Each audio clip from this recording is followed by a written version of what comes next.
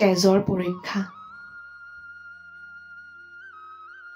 প্ৰথমে দুৰ্বল ছাগলীৰ চকুৰ তলৰ অংশ, মাংসৰ অংশটো আঙুলিৰে তললৈ টানি ভিতৰৰ ৰঙা পৰাটো চাওক। ফাৰ্মাচাৰ্টত দেখুওৱাৰ ছবি অনুসৰি চকুৰ ভিতৰৰ অংশৰ ৰঙা পৰাৰ মূল্যায়ন কৰক। যদি চকুৰ ভিতৰৰ অংশৰ ৰঙা পৰা ফাৰ্মাচাৰ্টৰ 1 বা 2 নম্বৰৰ ছবিখনৰ দৰে হয়, তেন্তে ছাগলীৰ শৰীৰত তেজৰ পৰিমাণ যথেষ্ট।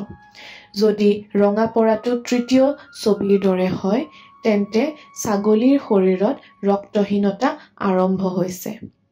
চতুৰ্থ ছবিখনক স্বাভাৱিকতকৈ অধিক তেজৰ ক্ষতি বুলি ধৰিব লাগে।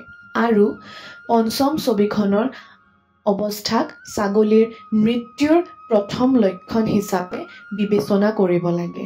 ইয়াৰ পিছত মৃত্যু আৰম্ভ হয় আৰু আগলৈও চলি থাকে। শেষৰ ছবিখনত দেখা পৰিস্থিতিক কাৰণ হৈছে লিভাৰ ফ্লুৰ অত্যাধিক উপস্থিতি আৰু দীৰ্ঘদিন ধৰি চিকিৎসাৰ অভাৱ, যিটো মাৰাত্মক হ'ব পাৰে।